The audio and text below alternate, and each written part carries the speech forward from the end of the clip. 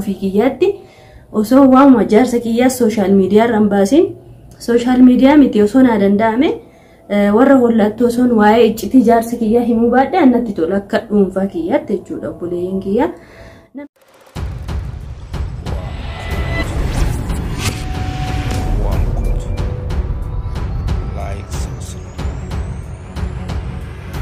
Ashama harka fuunee kabajamtootaaf hordoftoota waan koo jirtu jireenyi badhaadhaa isiniin jedha obboleeyyan kiyya. Bakka jirtanitti nageenyi kiyyaa isin haa qaqqabu. Biyya alas biyya keessas warreen jirtan warreen na jaallattanis warreen na jibbitanis hunda keessanuu nageenyi kiyyaa bakka jirtanitti qilleensarra isin haa qaqqabu isiniin jedha. Obboleeyyan kiyya qaqqaalii waan koon har'ammoo maalluuf qabattee dhuftee yookiin immoo maaltu maalii naan jechuu dandeessu. Akkuma beekamu ijoolleen obboleeyyan kiyyaa ni jirtu takka jechuudha. Social media irratti waa'ee abbaa manaa keessanii himata dhiyeessaa jirtan jechuudha. Social media irratti dhiyeeffatuun illee bareeduma ta'e viidiyoo tokko obboleettiin kiyyaa Imaan har'anuuf gadhiiftee turte inni jira hundi keessanuu quba qabdu jechuudha. Imaan illee qofaa miti ijoollee hedduu keenyatu jira waan abbaa warraa kiyyaa keenyaa jechuudha ifama. Innis maal yoo jettanii obboleeyyan kiyya Imaanii abbaan manaa Imaan kuni agas marallee nama hammeenya qabu natti hin fakkaatu dhugaa dubbatuudhaafi. Nama kana ala saalaaltu keessa saallee baay'ee beekuu baadhu keessa nama kamiitu namni beekuu hin danda'u. Akkasumara nama hammeenya qabu natti hin fakkaanne garuu ka dhugaanii isaa fi rabbuma bira jirti jechuudha. Maaliif yoo jettan akkuma beekamu gara duubaatti isin deebisee yaada kana isiniif ibsuu barbaada. Akkuma beekamu naannoo mucayyoon dahumsa geessu irratti manaa bahee jechaadha. Abbaan manaa Imaan jechaadha. Mucaan kun tarii dalagaa barbaaduuf deeme jibbaa ishiitiifis waan badellee natti hin fakkaatu akka mataa kiyyaatti jechuudha. Akkan isaanitti dhihaadhe akkan mucaas ishiis beekutti jechuudha. Garuu kana gaa dhugaa harkaa qabu akkuma isiniin jedhe isaaf rabbi qofadha jechuudha. Garuu hanganni waan tokkorra gahee hanganni murtii tokko itti mutti osoo social media irratti bahuu baaddee natti tola ture obboleettiin kiyya Imaan jechuudha. Namni yeroo tokko miira keessa galee waan hedduu waliin jechuu yookaan immoo wal mufachiisuu danda'a jechuudha. Obboleettii kiyyaan Imaaniin qeequu yookaan immoo itti falqoo osoo hin taaneef dhuguma jirtudha jechuudha. Maaliif yoo jettanii obboleeyyan kiyya mucaan kuni dalagaa soqatuuf deeme karaa deeme karaan amma keessa deemamu immoo ijoolleen taarifarra dhufan ni beektu. Ijoolleen karaa bishaanii dhuftan ni beektu rakkoo guddaatu jira jechuudha. Maaliif yoo jettanii waan badee hedduutu jira karaarra jechuudha. Rakkoo guddaadha inni illee yeman kana keessa deemee yoo dogoggoruu baadde gara oomaan akka seenuu hedduudha natti fakkaate haaluma jiruuf jireenya mo'atuuf jechuudha. Garuu mucaan kuni sagalee illee naaf ergee jettee jirti obboleettiin kiyya. Sagalee ergee fiigaa murtii ittiin himne waaniif akkas akka godhes ittiin himne garuu immoo nagaa ta'uusaa ibseefii ture. Itoo sabriidhaan eeggattee natti tola ture jechuudha obboleettiin kiyya Imaanii. Yaadarraa dhibbinarraallee haasa'uu dandeessi dhugaa ishiitii ilmoo dubaraa jechuun biyya ambaarratti kophaa ni ulfaata. Alhamdulillah garuu ishiin immoo yaada biraa hin qabdu yaaduma isaatii ko'ummaatti dhagahame malee rakkoo biraallee waan qabdu miti. Rabbitti haa tolu ilmoon ishiinis nagaa qabanii kanumaafuu gabaabumatti social media irratti soo baasu baay'ee namatti tola jechuudha. Imaaniin qofaa miti obboleeyyan kiyya hedduutu social media irratti boo'aa jira jechuudha. Keessattuu ijoolleen biyya ambaa jirru yookiin immoo ijoollee yeman keessa jirru wal beekna hedduun keenya kan waliin beeknes jiraachuu ni dandeenya. Gaafa duraa janaadhaanis haa taatu karaa qajeelaas haa taatu karaa fokkataa numatu wal jaalatee walitti dhufee jechaadha obboleeyyan kiyya shamarraniif jechuudha.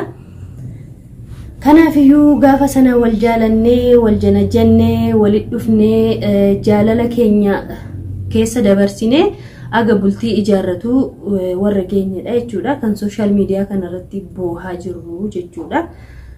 Garuu dhiifama naaf godha maaliif akkas jettee maaliif akkana haasofte illee naan jechuu dandeessu obboleeyyan kiyya.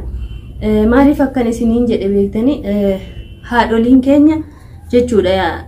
Haadholii keenya irraa waan ni baranne tokko iccitii mana isaanii hin baasanii abbaan manaa yoo reebes yoo arrabses yoo caccabses tarii yoo namni argee maali jedhee jidduu seene malee ana kan beekutti baay'ee iccitii isaanii hin baasanii jechuudha. Nullee isaan keessaa waan dhufneefu maaliif iccitii mana keenya yookiin immoo iccitii abbaa manaa keenya ala baafnaa kan jedhudhaani akka obboleettii tokkootti illee akka yaada mataa kiyyatti illee akka natti fakkaatetti illee kuni isin illee maaltu ishii naqee naan jechuu dandeessu garuu dhugaan jirtu kanumadha. Akkuma isiniin jedhe obboleeyyan kiyya wal jaalannee walit dhufne biyya ambaarratti jechuun ofii keenya lameen keenya wal jaalannee walitti dhufne jechuudha. Haga namaa danda'ame yoo danda'ame nama sadaffaa osoo jidduun galchin namni kuni akka gaafa alatti wal arguu hin ta'u beektanii gaaf manatti galee amalli walitti jijjiiramuu danda'a. Wanti irratti waliin galle hedduun jiraachuu ni danda'a kun dhugaan jirtu kanumadha. Garuu waan sana hunda adda baafatuudhaaf nama sadaffaa osoo hin galchiin akkuma isiniin jedhe akkuma wal jaalannee walit dhufne teessifnee osoo waliin dubbanne namatti tola. Akkuma wal jaalannee walitti dhufne jaalalaan osoo adda baane namatti tola jechuudha. Lakki nu lamaanis dandeenyee kanan himnu yoo jenne immoo namatti dhiyaannu yookiin karaa isaa yookiin karaa kiyyaa ta'a. Hiriyaa nagaa yookiin hiriyaa gaarii hiriyaa karaa qajeelarra nama deemsisu ni qabna ta'a. Namni hiriyaa tokkoon dhabu hiriyaa garaa jechuudha. Biyya ambaarratti nama hedduu kana wal beekna garuu nama hedduutu iccitii keessanii hin himattanii nama hedduutu waan garaa keessanii sinaasoftanii kun dhugaan jirtu. Garuu immoo nama sanatti himatanii nama sanarraas abbaan manaa kiyya yoo ani akka mataa kiyyaatti jechuudha. Abbaan manaa kiyya kanallee yoo furatuu dide jechuudha. Karaan ani jedhurra yoo furatuu dide itti dabalaataan immoo hiriyaasa birattis waan ani gorfadheen naaf qajeeluu yoo dide jechuudha. Akka kiyyaatti akka waan goote jechuudha. Hiriyaasa anas yoo dhagahuu dide yoo naa danda'ame maatii kiyyaanuu hungawan dhugaa rabbii isinitti hima. Maaliif yoo jettan akkuma isiniif ibse sana jaalalaan walit dhufne jaalalaan akka adda baanu fedhan obboleeyyan kiyya.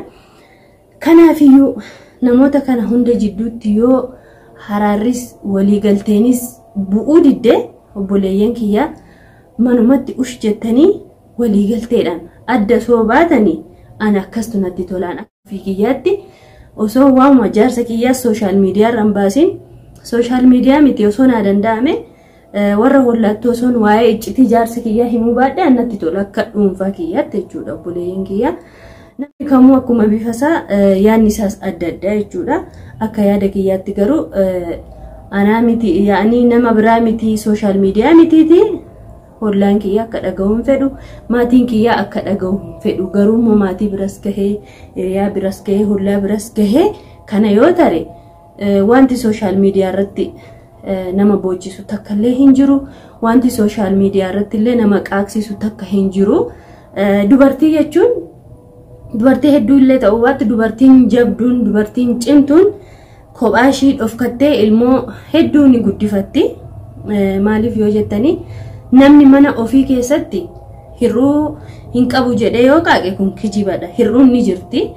Na bira yookiin isa bira yookiin hirruun ni jirti. Hirruu keenya sana wal gorfanne akka nama tokko teenye walirraa dabarsuudha malee wal basaasuu yookaan wal qeequu yookaan wal cabsuu yookiin jaarsi kiyya nagate jedhee ani boo dhugaa rabbi isinitti maammallee osoo abbaan manaa kiyya gurri sheexanaan dhagayiniiti abbaan manaa kiyyan yoo nagatee deeme oomaa natti fakkaatu. Maaliif yoo jettan isa geenyaanu waan fedhu keessisa waan hin arganne ta'a yookiin immoo hin taaneef illee ta'a miti haa deemu maa rakkoon hin jiru isaaf rabbiin karaa qajeelaa haa godhuufi anallee karaa qajeelaa naaf haa godhu immishiyaanii abbaa manaa kiyyatti ingafiini kabajaanni qabu irraan buusiini waan inni fedhu ni guutaaf taanaan waan inni fedhu ni ta'a taanaan karaa ni jedhurra ni deema taanaan waan inni jibbu ni dhiisa taanaan agas waan wal dhabnu natti hin fakkaatu dhuguma dubbatuudhaaf jechuudha garuu immoo baatee sooshaal miidiyaa irratti booseef iccitii mana kee baafteef waan hunda haasofteef furmaanni waan hin dhufneef obboleeyyan kiyya qaalii waan akkasiirraa osoo of qusannee namatti tola isiniin jedha yoon balleesse akkuma isiniin jedhe dhiifama naaf godha badiin kiyya immoo yoo jiraate koomentii jalatti naa barreessaa waan koo kuni waan sirraa deemu miti sin laallatu si dogoggorarra jirtas yoo jettan inni deebi'a dogoggora kiyyarraa kanaaf iyyuu hordoftootaaf kabajamtoota waan koo har'a waanuma kana siniif qabadhee dhufee aga viidiyoo dhumaatti walitti deebinutti galatoomaa jiraadha.